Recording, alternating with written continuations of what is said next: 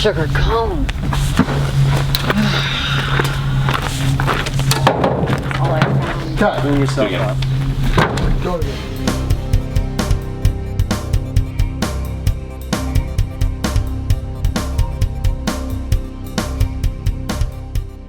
Hey, Pete Koch here, breaking it down with director Errol. Thanks for your time today. Hey, you're very welcome. We're up here on his amazing property that he and his dad run, and it is a little slice of Hollywood, really. Errol's dad is a legendary truck fabricator and stunt driver, and Errol here is a chip off the old block, so actor, stuntman, filmmaker, kind of one-man gang, filmmaker.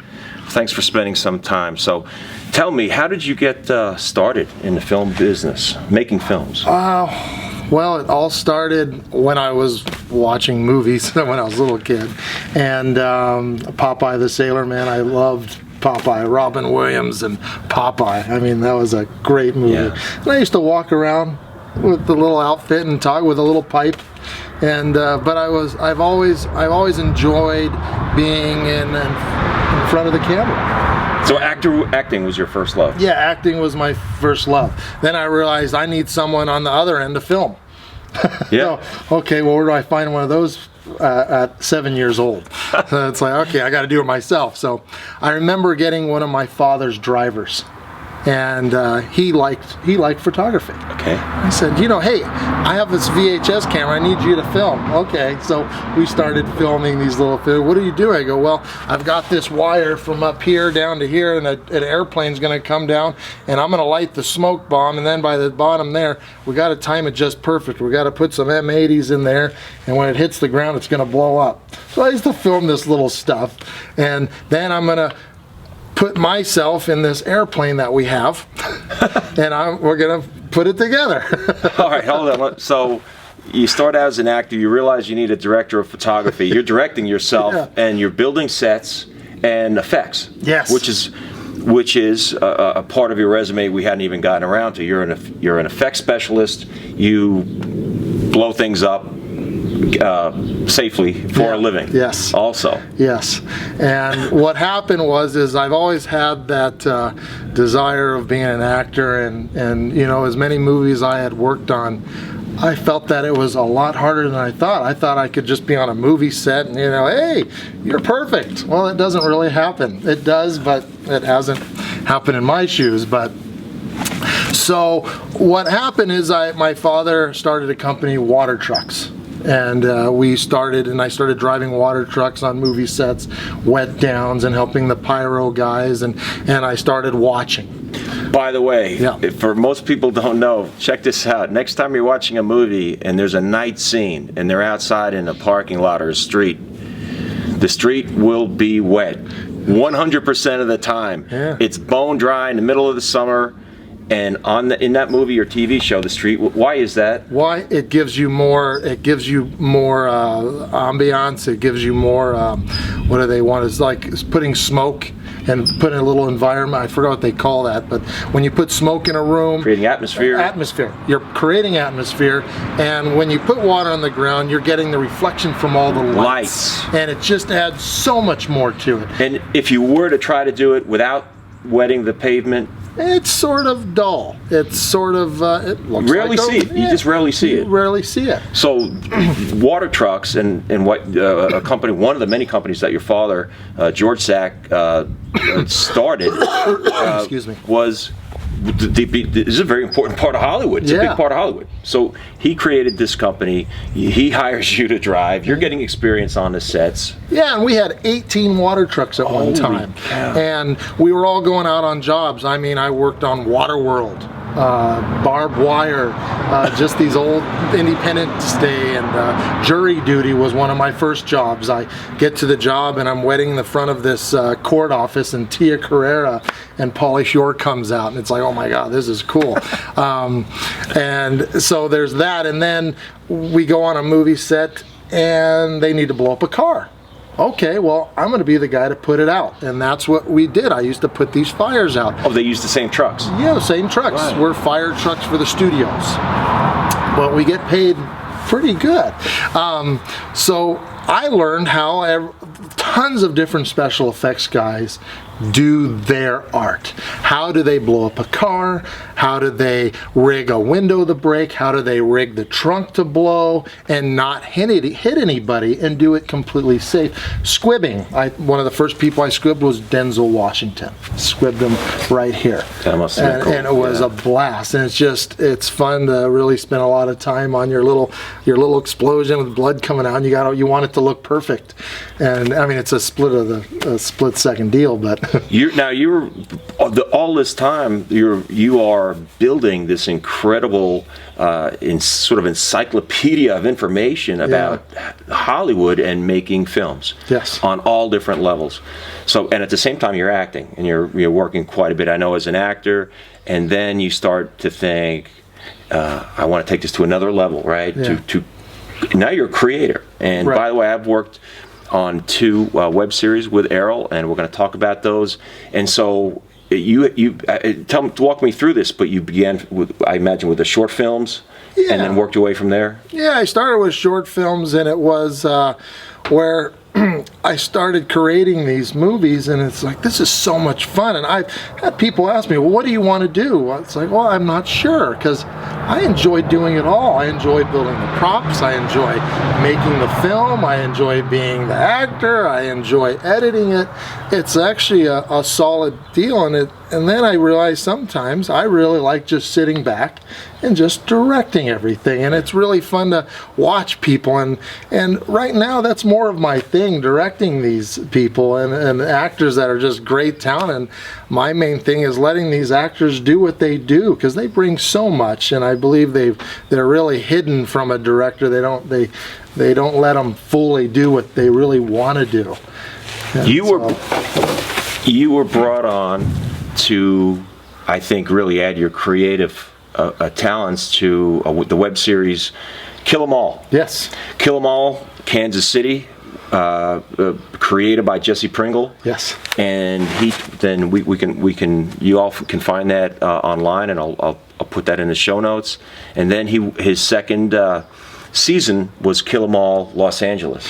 We did a first season on Kill 'Em All Kansas, then a second season on Kansas.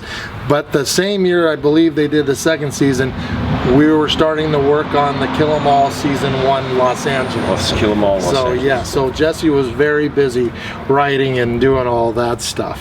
And Jesse's an actor who splits his time going back and forth between Kansas City and Los Angeles. And we should mention now that there's a red carpet screening coming up? Yes, there is. It's going to be July 16th at 5757 Wilshire Boulevard.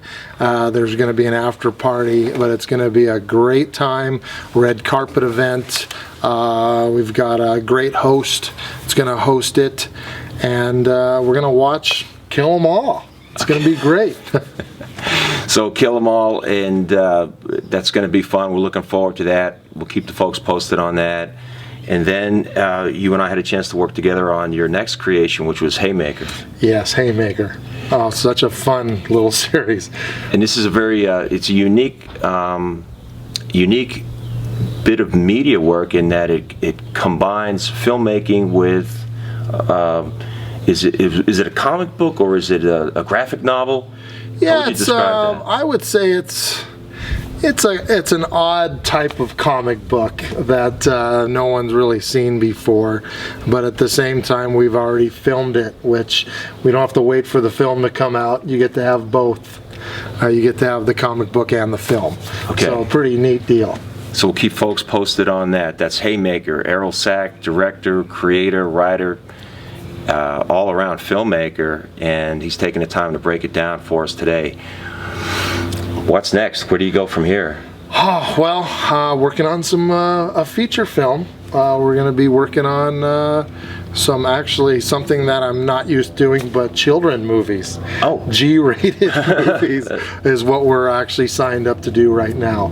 So, but at the same time, we're working on our other projects. I mean, we always have something going on. We got to continue Haymaker because we've got only one episode out of 10 to do, and only one's done. So that's going to be a little while, but we're getting it done slowly but surely. And eventually folks will be able to find Haymaker. I'll keep my audience posted on that, but eventually that'll be online. Is that how folks will be able to find it? Yeah, it'll be online, but after the book is released. So it's going to be a little bit of time. Okay.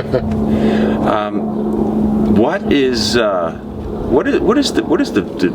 goal altogether as a creative mind and a filmmaker? I mean, I can already sense, because of your relationship with Jesse Pringle and others, that you seem to seek out the most creative people you can find and collaborate. Yeah. You think that's part of it? I mean, because one thing I love about show business really is the collaboration. Yeah. When people look at their favorite TV show or sit in a movie theater, and unless you've ever been on a Hollywood movie set, I don't think folks realize how many people are really involved in that process. Yeah, there's a lot of people, and the ultimate goal is that I've seen is, every movie I do, and there's always something that it bugs me about it, and I have to fix it. And it's pretty much because being an independent filmmaker, there's so much you have to do, and with a budget, you've got everyone that's their profession. So when you have to do it all, you're like, okay, I gotta work on that a little more, or I gotta work on the writing a little more, or I gotta work on those actors more. So there's so much to do. My ultimate goal is to try to get the friends, not only people that I know are great, but I want to have fun with them. These movies, it's sort of like a gigantic fun barbecue. We're out there having a ball, doing what we all really love to do. And when you get to work with your friends and they come out and we get to making a great movie, and it's all great talented people that have a passion for it and they believe in it, and the more they believe in it, the better it comes out. And I think our ultimate goal is, when our big chance is here, we have to be ready. Yeah. And if we're not ready, then we blew it. So I don't know when that's going to happen. I'm not worried about when it happens, but when we break through, we'll be ready. That's sage advice for the filmmakers and aspiring actors out there, and anybody that's interested in getting ahead. But you've got to be ready, and it's all of us actors have been in that auditioning room, and you just weren't as prepared as you needed to be. We've all had that experience, and it's an awful feeling to walk out of there and say, man, I just didn't seize the opportunity. Maybe you were not quite as prepared, or a little bit more anxious than you need be, and but that's part of it, just preparation. Yeah, intimidation. I mean, you go into these casting directors, and you really got to look at yourself as you're not below them. You're just like them, and no one's better than anyone. We just all get different chances in life, and it's really what you're aiming for. But as a director, I've learned a lot more about my acting. It's like, okay, and being a producer, I understand how hard it is for my acting crew, or anybody's, to really move forward, because I don't know the producer of that movie. Yeah. I don't know the director, and they already have a friend. If they can't find the friend, then they're going to cast, or they're going to cast and someone will come up. It's a really hard business, and it is networking. Unfortunately, it's networking. You got to find out all these people and you got to remember that they're all in it to make themselves who they want to be. They don't have time to make you famous. They're trying to make themselves go further, and you surround yourself by people and that are great, and then we all make it. And I want to make everyone. I want to hand everyone iPads and say, "There's your free code, so you can get that script for my movie." I want to pass out those iPads like Disney and Universal does. Exactly. But How do folks get a hold of Errol Sack? errolsack.org. And even our production website, esfilms.org. Phone number is 805-432-9149. You can email me at errolsack@me.com. And I'm open for casting people on stuff. You can send me headshots, resumes, ideas, scripts, you name it. If you love this business as much as I do, and we'll fit in, we'll get together great, and we'll have fun. Great, thank you, Errol. Appreciate your time. Great. Outstanding. Breaking it down, Pete Koch. See you next time.